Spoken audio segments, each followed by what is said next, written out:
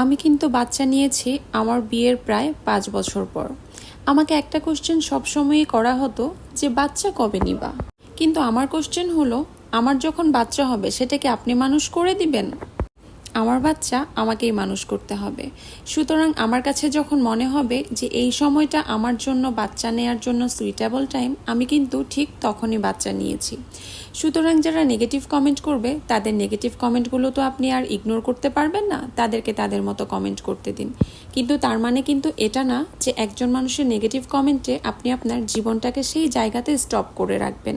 সেমভাবেই আমি যখন আমার পেজটা ওপেন করেছি, আমাকেও এরকম অনেক নেগেটিভ কমেন্টের সম্মুখীন হতে হয়েছে, যেটা কিনা আমি ইগনোর করে গিয়েছি। তবে আস্তে আস্তে আমার পেজটা গ্রো করছে, আলহামদুলিল্লাহ। এখন কিন্তু আমার দেখে ভালোই লাগে। কাজিন এসেছিল টাঙ্গাইল থেকে বেড়াতে, তার আবদার ছিল তাকে পিৎজা বানিয়ে খাওয়াতে হবে। সেই উদ্দেশ্যেই পিৎজা বানানো শুরু করলাম। কিন্তু আমরা কাজিনরা একসাথে হলে এত বেশি বকবক করি যে কি কাজ করছি কি না করছি তা কিন্তু মনেই থাকে না। সেটা আপনারা একটু পরেই বুঝতে পারবেন যে আমার পিৎজা বানানোতে কি কি ভুল হয়েছে। আমি মোটামুটি আমার চিকেন স্টুটা কিন্তু রেডি করে ফেলেছিলাম। এটা যে পানিটা দেখতে পাচ্ছেন সেটা কিছুক্ষণের মধ্যেই শুকিয়ে যাবে। আমি সামান্য সয়া সস দিয়ে একদম আঁচে বসিয়ে দিয়েছিলাম যতক্ষণ না পর্যন্ত আমার চিকেনটা সেদ্ধ হয়ে আসে। এর মধ্যে তো আমরা দুই কাজিন মিলে বক বক বক বক বক বক করছিলাম। এক পর্যায়ে আমি দেখলাম যে আমার ডোটা প্রায় রেডি হয়ে গিয়েছে, ইস্টগুলো ফুলে গিয়েছে। ততক্ষণে আমি আমার পিৎজার ডোটা রেডি করছিলাম। আমি যে প্লেটে পিৎজাটা বসাবো সেখানে আমি একটু হালকা ময়দা দিয়ে নিয়েছি, যাতে করে আমার পিৎজার ডোটা একদমই তলায় আটকে না যায়। তবে আমি যেটা করেছি, ডোটা খুব সুন্দর করে একদম প্লেন করে দিয়ে কাঁটা চামচ দিয়ে কেটে কেটে কেটে কেটে দিয়েছি। এতে করে কিন্তু পিৎজাটা ফুলে উঠবে না। আপনারা খুব ভালো করেই জানেন পিৎজা ফুলে উঠলে কিন্তু এটার টেস্ট খুব ভালো আসবে না, পাউরুটি স্টাইলের খেতে মনে হবে, যেটা খেতে একদমই ভালো লাগবে না। তো আমি যেটা করলাম, এভাবে কাঁটা চামচ দিয়ে কাচার পরে আমি চিকেনগুলো আস্তে আস্তেই দিয়ে দিলাম। আমার কাজিন যদিও আমাকে বলেছিল যে আপু এভাবে চিকেন না দিয়ে ছাড়িয়ে দিলে, একটু ম্যাশড টাইপের করে দিলে প্রত্যেকটা কামড়ে কামড়ে কিন্তু চিকেনটা পড়তো। তো যাই হোক, আমি সেভাবে না দিয়ে এভাবেই দিলাম। বাসায় কিন্তু ক্যাপসিকাম ছিল না। ক্যাপসিকামের বদলে আমি কি ব্যবহার করেছি সেটা কিন্তু আপনারা আমাকে জানাবেন। আমি এটা পরে বলে দিব ভিডিওর একদম শেষ পর্যায়ে গিয়ে।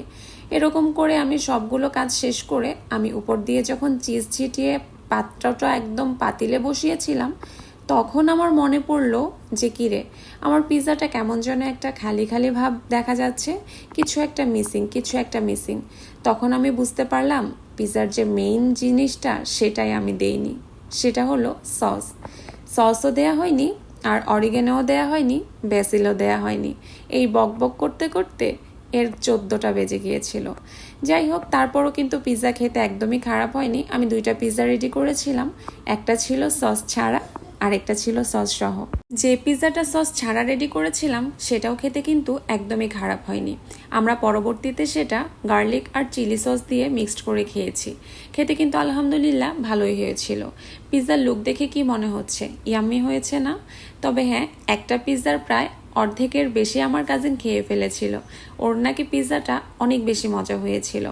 তবে আমার কথা হচ্ছে, আপনারা যারা ওভেনে পিৎজা মেক করেন তারা কি কখনো চুলায় পিৎজা মেক করে দেখেছেন?